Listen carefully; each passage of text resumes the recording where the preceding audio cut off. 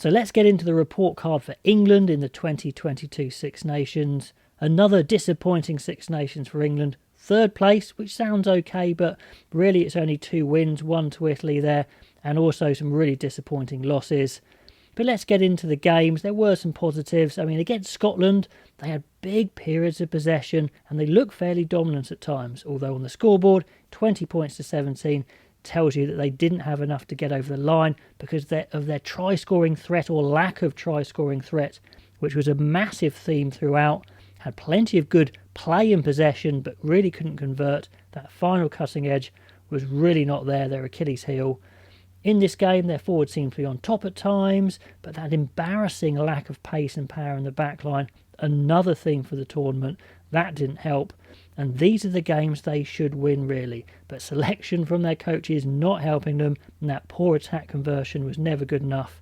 Even though their set piece was pretty decent, you've got to score those tries.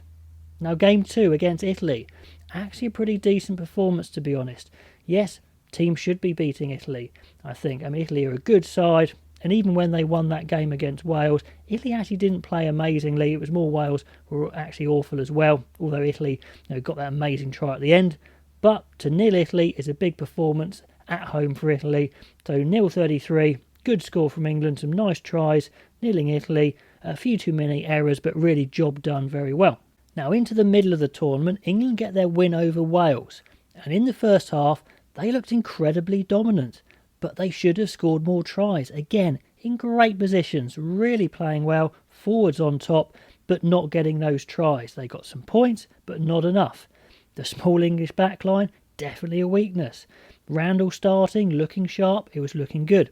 In the second half, though, England really struggled as Wales picked up their attack and really tore their defence to pieces. And the English defence at times seems very easy to tear apart. I think their individual tackling is not too bad, their line speed not too bad, but their organisation is not there. So these are coaching issues.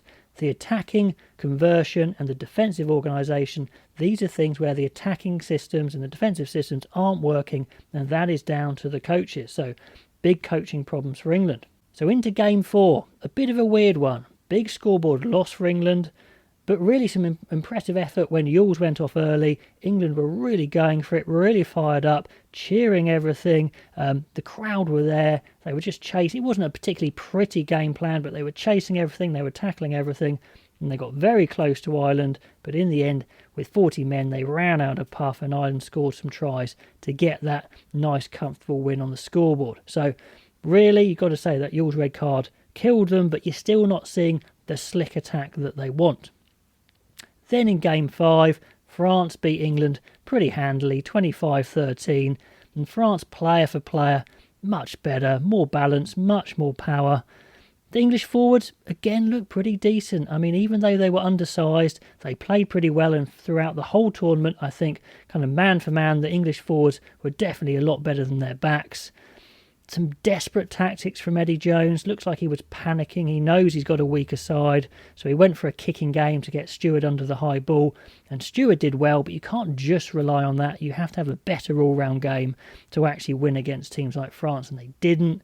And his terrible selections carried on. Youngs was embarrassingly slow. Furbank looked like a kid who won a competition to play for England. Ezekwe not even close to good enough. Slade struggling at 12 when he's actually at 13. So coaching really killing England in this Six Nations. Sure, you've got to say the players maybe didn't stand up at times and convert tries, but I think there's some big system errors there. On the positive, like I said, some good forward performances. Genge on an absolute mission along with the likes of Itoje and Laws, but they need more cohesion in their defence and attack or they're going to get cut apart far too easily. So, a few questions. Where do they go now? It looks like Eddie Jones is going to stay. But anyway, they've got to sort out that selection. Will Eddie Jones change his mind?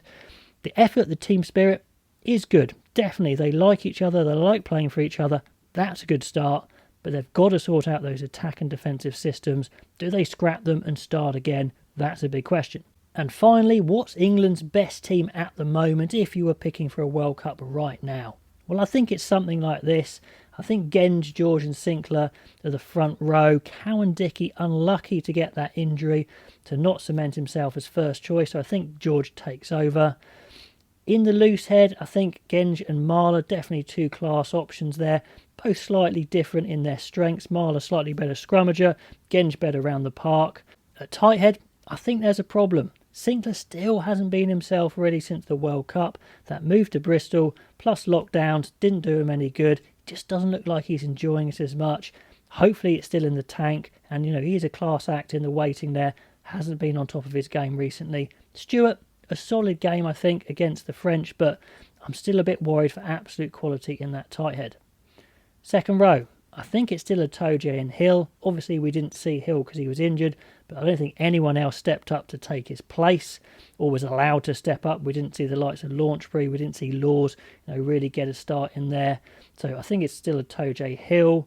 Haven't seen a lot of variation at 6. So Toje did a good job, but he's in the second row. So I think it's still definitely Laws. At 7, I think it's between Curry and Underhill. We'd have one on the bench. So Curry starts for me. Dombrandt, I think, is definitely their best 8. Just got to keep playing him. Needs that game time. He's definitely looking good, but needs some more starts. Then Randall and Smith, definitely not perfect, but very quick, very exciting. Room for growth. Just got to keep giving them game time together.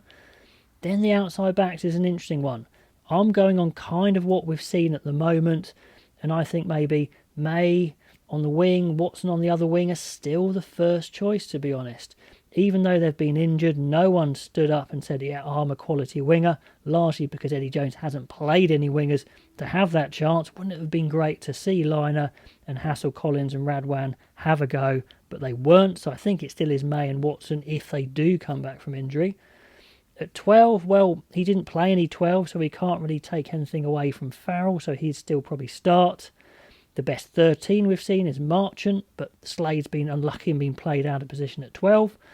And then at fullback, I think Stewart definitely stays. We know he's not quite the quickest, but he's absolutely phenomenal under the high ball and hits a hard line, so I think he's earned his place. Then the bench there, as we see, Simmons and Underhill, I think, are the two replacements on the bench. Quirk we didn't see enough of, but definitely better than Youngs. Can't keep playing Youngs, just too slow for the modern game. We haven't seen any other fly halves, so I think Ford would replace there on the bench and Slade as your all-round backs replacement. So let me know what you think of my best team for England at the moment and also the review of the whole tournament. Comments below and I'll catch you next time.